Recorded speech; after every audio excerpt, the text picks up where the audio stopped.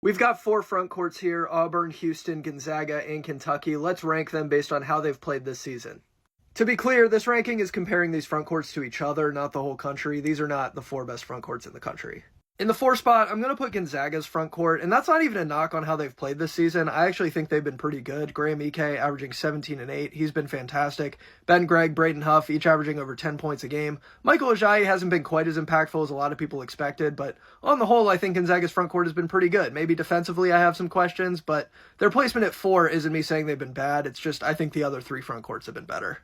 At 3, I've got Kentucky's front court, another solid group, but I think Auburn and Houston's front courts have been more responsible for their respective team success than Kentucky's front court has. I think Kentucky's success ultimately boils down to what they're doing on the perimeter and how the guards are playing, but these guys have come up big in spots. Andrew Carr, 17 points against Duke, 19 points against Gonzaga. That's 2 of Kentucky's biggest wins. Amari Williams has been a great two-way player. He's an underrated passing big who fits really well into the offense. He came in as a 3-time CAA Defensive Player of the Year, so he's got that in his bag as well. I think he's been really good. Garrison and Almanor have been solid in relief. I think Kentucky's front court has played well. I don't think they're the primary reason for why Kentucky has been so good this year, but they're definitely part of the reason, and I've got them at 3.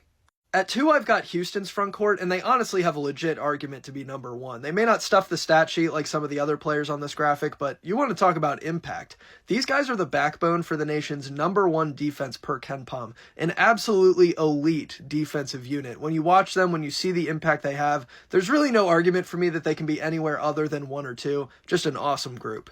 If Johni Broome wasn't playing at a National Player of the Year pace, I would have put Houston above Auburn for number 1, but Johni Broome is playing at a National Player of the Year pace, so Auburn gets the nod at 1. Johni Broome is averaging 17 and 10. He's just been phenomenal. Has been dealing with some injuries, but is far and away the best player on this graphic. Dylan Cardwell and Chaney Johnson, each averaging over a block a game. They've turned in some really nice performances for Auburn this year. If I had to update the graphic, I'd probably replace Chris Moore with Ja'Kai Howard. Chris Moore hasn't really done a whole lot this year. But when you take the star power of Johni Broome and what he's accomplished this year, with the really solid play of Dylan Cardwell and Chaney Johnson, that's enough for me to put Auburn over the edge and put them at number 1. Let me know what you guys think. To recap, based on how these front courts have played this season, I've got Auburn at 1, Houston at 2, Kentucky at 3, and Gonzaga at 4.